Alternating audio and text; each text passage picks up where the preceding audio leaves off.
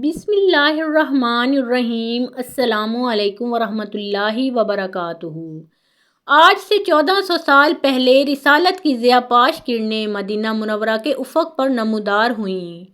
لوگ ظلمت و ضلالت کے عمیق گڑھوں میں ڈوبے ہوئے تھے، لیکن دیکھتے ہی دیکھتے ایک قلیل سی مدت میں اسلام کی پرنور شعاؤں سے پورا مدینہ روشن ہو گیا، اور اہل مدینہ کا ایمان اس قدر مضبوط ہو گیا کہ مضبوط اور بھاری چٹان آندھی اور طوفان سے اپنی جگہ سے ہل جائے تو ہل جائے، مگر ان کے ایمان کے اپنی جگہ سے ڈگمگانے کا احتمال نہ تھا، اور نہ ان کا تقویٰ بھی متزلزل ہوتا تھا۔ رسول اکرم صلی اللہ علیہ وآلہ وسلم اپنے صحابہ کرام رضی اللہ تعالیٰ عنہم کے ساتھ مسجد نبوی شریف میں تشریف فرما ہیں۔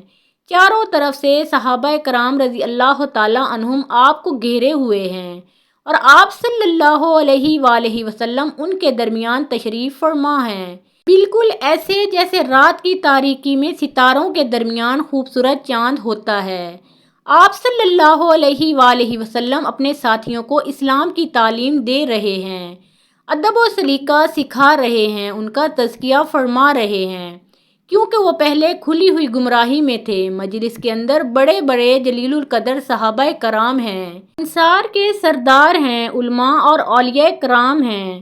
مجلس بدستور قائم ہے، لوگ آپ صلی اللہ علیہ وآلہ وسلم سے مسائل پر استفسار کر رہے ہیں کہ اتنے میں ایک باپردہ خاتون مسجد کے دروازے سے داخل ہوتی ہے۔ رسول کریم صلی اللہ علیہ وآلہ وسلم خاتون کو دیکھتے ہی خاموش ہو جاتے ہیں۔ صحابہ کرام رضی اللہ تعالیٰ عنہم بھی بالکل خاموش ہو جاتے ہیں۔ خاتون چھوٹے چھوٹے قدموں سے آگے بڑھتے ہوئے اور شرم و حیا کی پیکر بنے ہوئے رسول کریم صلی اللہ علیہ وآلہ وسلم کے پاس پہنچتی ہے، اور آپ صلی اللہ علیہ وآلہ وسلم کے سامنے کھڑی ہو کر عرض کرتی ہے: اے اللہ کے رسول صلی اللہ علیہ وآلہ وسلم، مجھ سے زنا سرزد ہو گیا ہے، آپ صلی اللہ علیہ وآلہ وسلم مجھے پاک کر دیں۔ خوف الہی سے معمور اس خاتون کے اقرار جرم کو سن کر رسول کریم صلی اللہ علیہ وآلہ وسلم نے کیا طرز عمل اپنایا کہ آپ صلی اللہ علیہ وآلہ وسلم نے صحابہ کرام رضی اللہ تعالیٰ عنہم سے فرمایا کہ اس پر گواہ رہو کہ آپ صلی اللہ علیہ وآلہ وسلم نے اس اقرار جرم کے سبب کسی قسم کی خوشی کا اظہار کیا کہ خاتون نے خود آ کر غلطی کا اعتراف کر لیا ہے؟ نہیں، ہرگز نہیں، بلکہ یہ سن کر رسول اکرم صلی اللہ علیہ وآلہ وسلم کا چہرہ انور سرخ ہو گیا، ایسا لگتا تھا کہ چہرہ انور سے خون ٹپکے گا۔ پھر آپ صلی اللہ علیہ وآلہ وسلم نے اپنا چہرہ داہنی طرف پھیر لیا اور خاموش ہو گئے، جیسے کہ آپ صلی اللہ علیہ وآلہ وسلم نے کوئی بات سنی ہی نہ ہو۔ اس خاتون کی پہاڑوں جیسی بلند ہمت پر نگاہ دوڑائیے، کس قدر نیک و پاک باز ہے، کس قدر حریص ہے، اس کا ایمان کتنا مضبوط اور راسخ ہے، اس کے جسم کی رگ رگ میں اور خون کے قطرے قطرے میں ایمان کی خوشبو رچی بسی ہے۔ کیا اس خاتون کو یہ گمان تھا کہ چند پند و نساء پر مبنی کلمات اس کی پاکیزگی و طہارت کے لیے کفایت کر جائیں گے، یا چند کوڑے برداشت کرنے پر معاملہ رفع دفع ہو جائے گا؟ نہیں، ہرگز نہیں۔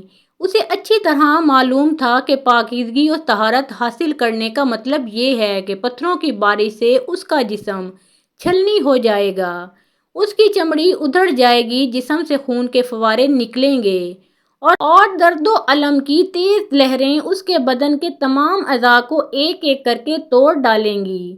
اس کا دماغ، آنکھیں، قلب و جگر، اس کی شریانیں اور وریدیں پتھروں سے کچل دی جائیں گی، گوشت جگہ جگہ سے پھٹ جائے گا، ہڈیاں ٹوٹ جائیں گی، اور اس بھیانک تکلیف کا سامنا کرتے ہوئے موت کو گلے سے لگانا ہوگا، جس کے تصور ہی سے پتھر دل انسان کے بھی رونگٹے کھڑے ہو جاتے ہیں۔ اللہ اکبر! کس قدر جرأت مند اور بہادر ہے یہ خاتون! سچی بات تو یہ ہے کہ ہمارے اسلاف میں سے جو نفس امارہ کے اکسانے پر غلطیوں کا ارتکاب کر بیٹھے اور اللہ اور اس کے رسول کی نافرمانی کر بیٹھے، اس کے باوجود وہ ایمان کے اس قدر اعلیٰ مراتب پر فائز تھے کہ ان کا ایمان آج کے عبادت گزاروں اور زاہدوں سے کہیں زیادہ عظیم اور مضبوط تھا۔ بہرحال ذکر یہ ہو رہا تھا کہ رسول اکرم صلی اللہ علیہ وآلہ وسلم نے اس خاتون کے ساتھ کیا طرز عمل اختیار کیا۔ رسول اکرم صلی اللہ علیہ وآلہ وسلم نے یہ کوشش فرمائی کہ خاتون اپنی بات سے رجوع کر لے، کیونکہ آپ صلی اللہ علیہ وآلہ وسلم نے صرف اس کے ایک بار کے اعتراف کی بنیاد پر اسے سزا کی مستحق نہیں سمجھا۔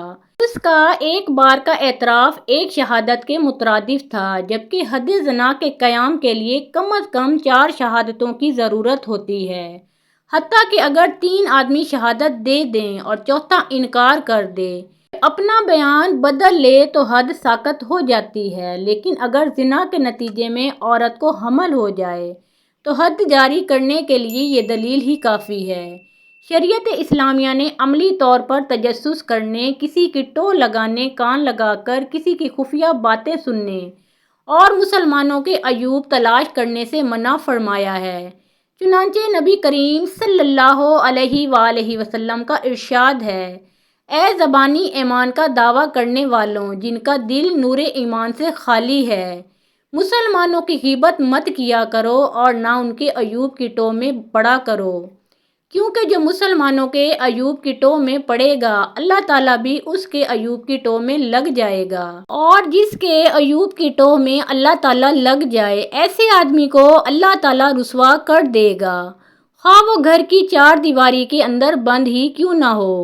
اور نبی کریم صلی اللہ علیہ وآلہ وسلم نے حضرت معاویہ بن ابو سفیان رضی اللہ تعالیٰ عنہ کو نصیحت کرتے ہوئے ارشاد فرمایا تھا: اگر تم لوگوں کے عیوب کی ٹو میں لگو گے تو انہیں خراب کر دو گے یا خرابی کے قریب کر دو گے، کیونکہ جب ان کے عیوب ظاہر ہو جائیں گے تو وہ کھلم کھلا برائی کریں گے۔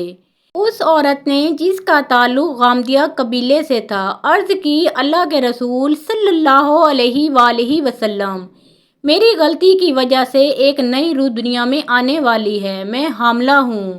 آپ صلی اللہ علیہ وآلہ وسلم نے فرمایا: جاؤ، جب تمہارے بچے کی ولادت ہو جائے تب آنا۔ نبی کریم صلی اللہ علیہ وآلہ وسلم کتنے مہربان ہیں۔ آپ صلی اللہ علیہ وآلہ وسلم جانتے ہیں کہ اس بچے کا کیا قصور، اس لیے خاتون کو واپس جانے کا حکم دیا۔ وہ خاتون چلی گئی۔ جب بچے کی ولادت ہوئی تو رسول اکرم صلی اللہ علیہ وآلہ وسلم کی خدمت میں دوبارہ حاضر ہوئی۔ اوپر بیان کردہ واقعہ میں چند باتیں بطور خاص قابل توجہ ہیں۔ نمبر 1، جنین یعنی مادر رحم کا بچہ جس کی جان کا تحفظ۔ نمبر 2، زانیہ کے پیٹ میں موجود بچے کو اس کی ماں کے ساتھ قتل نہیں کیا جائے گا، کیونکہ وہ بچہ معصوم عن الخطا ہے۔ یہ نبی کریم صلی اللہ علیہ وآلہ وسلم کا حکم ہے، اور آپ صلی اللہ علیہ وآلہ وسلم حقوق انسانی کو سب سے بڑھ کر جاننے والے اور ان کا تحفظ کرنے والے ہیں۔ خاتون کا کمال صبر کہ وہ ہرگز اپنے موقف سے دستبردار نہیں ہوئی۔ وہ اتنا عرصہ صبر و تحمل کے ساتھ اجر و ثواب کی امید میں اپنی بات پر قائم رہی۔ غم اور ندامت اس کے قلب و جگر کو کھائے جا رہے تھے، پشیمانی کے گرم آنسو اس کے رخساروں پر بہہ رہے تھے، اور اس کا دل آتش افسوس سے جھلس رہا تھا۔ اس کی صرف ایک خواہش تھی کہ کسی طرح سے گناہ سے پاک ہو جائے اور جنت کی مستحق بن سکے۔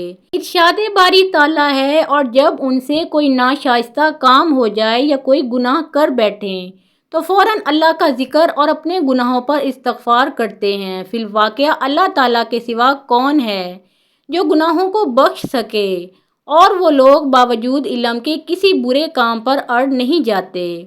مومنین کہتے ہیں: اے پروردگار، ہمارے گناہ معاف فرما دے اور اپنی عظیم الشان عنایات سے ہمیں مزید نواز دے، ہمیں سزا مت دے، کیونکہ ہمارے گناہوں کے قلق و اضطراب نے ہماری رات کی نیند اڑا کر پہلے ہی ہمیں سزا سے دوچار کر دیا ہے۔ وہ خاتون 9 ماہ تک بچے کا بوجھ اٹھائے رہی۔ یوں ہی ولادت کے بعد وہ چلنے کے قابل ہوئی، پہلی فرصت میں اپنے بچے کو کپڑے کے ایک ٹکڑے میں لپیٹے دنیا کے سب سے بڑے امام اور قاضی کی خدمت میں حاضر ہوئی، اور جو اقرار پہلے کر چکی تھی اس میں تھوڑا سا بھی رد و بدل نہیں کیا، بلکہ اس پر برقرار رہی۔ علاوہ ازیں رسول اکرم صلی اللہ علیہ وآلہ وسلم نے اسے بلانے کے لیے کسی کو بھیجا اور نہ ہی کوئی فوجی دستہ ارسال کیا جو اس خاتون کو اس کے گھر سے گھسیٹ کر دربار نبوی میں حاضر کرتا، بلکہ رسول اکرم صلی اللہ علیہ وآلہ وسلم نے اسے چھوڑ رکھا تھا۔ وہ خود ہی اپنے نوزائیدہ بچے کو اٹھائے ہوئے آپ صلی اللہ علیہ وآلہ وسلم کی خدمت میں حاضر ہوئی اور عرض کیا، اے اللہ کے رسول صلی اللہ علیہ وآلہ وسلم، مجھے زنا کے گناہ سے پاک کر دیجئے۔ رسول اکرم صلی اللہ علیہ وآلہ وسلم نے اس خاتون کے بچے کی طرف دیکھا۔ آپ صلی اللہ علیہ وآلہ وسلم کا دل اس معصوم بچے کو دیکھ کر رنج و غم سے تڑپ اٹھا، کیونکہ آپ صلی اللہ علیہ وآلہ وسلم نہ صرف انسانیت کے لیے سراپا رحمت تھے بلکہ چرند و پرند پر بھی رحیم تھے۔ یہی نہیں بلکہ اہل علم کے قول کے مطابق کافروں کے لیے بھی آپ صلی اللہ علیہ وآلہ وسلم سراپا رحمت تھے کہ آپ صلی اللہ علیہ وآلہ وسلم انہیں عذاب الہی سے بچانے کے لیے تشریف لائے۔ جیسا کہ اللہ تعالیٰ کا ارشاد ہے، ہم نے آپ صلی اللہ علیہ وآلہ وسلم کو تمام جہانوں کے لیے رحمت بنا کر بھیجا ہے۔ رسول اکرم صلی اللہ علیہ وآلہ وسلم کو یہ فکر دامنِ گیر تھی کہ جب اس خاتون کو سنسار کر دیا جائے گا تو پھر اس کے بعد اس معصوم بچے کو دودھ کون پلائے گا؟ جب یہ خاتون دنیا سے رخصت کر دی جائے گی تو اس معصوم کی ذمہ داریاں کون سنبھالے گا؟ چنانچہ آپ صلی اللہ علیہ وآلہ وسلم نے ارشاد فرمایا، واپس جاؤ اور اس بچے کو دودھ پلاتی رہو، جب اس بچے کا دودھ چھڑاؤ تو پھر میرے پاس آنا۔ وہ خاتون اپنے بچے کو گود میں اٹھائے اپنے گھر واپس چلی گئی اور اسے دودھ پلاتی رہی۔ اس دوران اس کے ایمان کا عالم یہ تھا کہ روز بروز اس میں اضافہ ہی ہوتا چلا جا رہا تھا۔ اس کے دل میں ایمان مضبوط پہاڑ کی طرح مستحکم ہو چکا تھا۔ وہ شوق دیدار الہی میں سرشار تھی اور روز بروز اپنے پروردگار کے قریب ہوتی جا رہی تھی۔ وہ اس جنت کی جستجو میں اطاعت و بندگی کا مجسمہ بن چکی تھی جو متقین کے لیے تیار کی گئی ہے اور جس کے دروازے خالص توبہ کرنے والوں کے لیے ہمیشہ کھلے رہتے ہیں۔ جب بچے کا دودھ چھوڑ دیا تو خاتون نے کم از کم وقت میں اسے روٹی کھلانا سکھا دیا، پھر اس کے ہاتھ میں روٹی کا ایک ٹکڑا تھمایا اور اسے لے کر خدمت نبوی صلی اللہ علیہ وآلہ وسلم میں حاضر ہوئی اور عرض کیا، اے اللہ کے رسول صلی اللہ علیہ وآلہ وسلم، مجھے پاک کر دیجئے۔ رسول اکرم صلی اللہ علیہ وآلہ وسلم نے خاتون سے بچے کو لے لیا۔ ایسا لگ رہا تھا جیسے آپ صلی اللہ علیہ وآلہ وسلم اس کے بچے کو لے کر اس کے دل کو کھینچ رہے ہیں، لیکن کیا کر سکتے تھے؟ اللہ کا حکم تھا، نبوی عدالت تھی، وہی حق پیش نظر تھا جس پر زندگی کی عمارت استوار ہے۔ حکومت اسلامیہ کا یہی دستور تھا جس نے تمام لوگوں کو مساوی قرار دیا ہے، خواہ عقوبت و سزا کا باب ہو یا گردن زدنی اور حبس و قید خانہ۔ پھر رسول اکرم صلی اللہ علیہ وآلہ وسلم نے فرمایا، کون اس بچے کی کفالت اپنے ذمہ لے گا؟ وہ جنت میں ان دونوں انگلیوں کی طرح میرے ساتھ ہوگا۔ ایک انصاری نے بچے کی کفالت کی ذمہ داری قبول کر لی۔ پھر نبی کریم صلی اللہ علیہ وآلہ وسلم کے حکم سے اس خاتون کے سینے کے برابر گڑھا کھودا گیا اور خاتون کو اس میں کھڑا کر کے گڑھے میں مٹی ڈال دی گئی۔ پھر لوگوں نے اس پر ہر طرف سے پتھروں کی بارش کی۔ حضرت خالد بن ولید رضی اللہ تعالیٰ عنہ نے بھی ایک پتھر اس کے سر پر مارا جس سے خون کا چھینٹا ان کے چہرے پر آ پڑا۔ حضرت خالد رضی اللہ تعالیٰ عنہ نے اس خاتون کو برا بھلا کہا۔ جب رسول اکرم صلی اللہ علیہ وآلہ وسلم نے ان کی بات سنی تو فوراً بولے، چپ رہو اے خالد، قسم ہے اس ذات کی جس کے ہاتھ میں میری جان ہے۔ اس خاتون نے ایسی توبہ کی ہے کہ اگر ناجائز ٹیکس وصول کرنے والا بھی ایسی توبہ کرتا تو اس کی بھی مغفرت ہو جاتی۔ ایک دوسری روایت میں ہے کہ نبی کریم صلی اللہ علیہ وآلہ وسلم کے حکم سے اس عورت یعنی غامدیہ رضی اللہ تعالیٰ عنہا کے اوپر اس کا کپڑا اچھی طرح سے باندھ دیا گیا۔ پھر آپ صلی اللہ علیہ وآلہ وسلم کے حکم سے اس کو سنسار کر دیا گیا۔ اس کے بعد نبی کریم صلی اللہ علیہ وآلہ وسلم نے اس کے جنازہ کی نماز پڑھی حضرت عمر بن خطاب رضی اللہ تعالیٰ عنہ نے عرض کیا، اے اللہ کے نبی، آپ صلی اللہ علیہ وآلہ وسلم اس پر نماز جنازہ پڑھ رہے ہیں، حالانکہ اس نے زنا کا ارتکاب کیا تھا۔ نبی کریم صلی اللہ علیہ وآلہ وسلم نے ارشاد فرمایا، اس نے ایسی خالص توبہ کی ہے کہ اگر اسے 70 باشندگان مدینہ پر تقسیم کر دیا جائے تو ان سب کی بخشش ہو جائے گی۔ کیا تو نے اس عورت سے بڑھ کر کسی کی توبہ دیکھی ہے جس نے اپنی جان خوشی کے ساتھ اللہ کے لیے قربان کر دی ہو؟ یہ واقعہ کتب حدیث اور کتب سیرت میں صحیح اسناد کے ساتھ مذکور ہے۔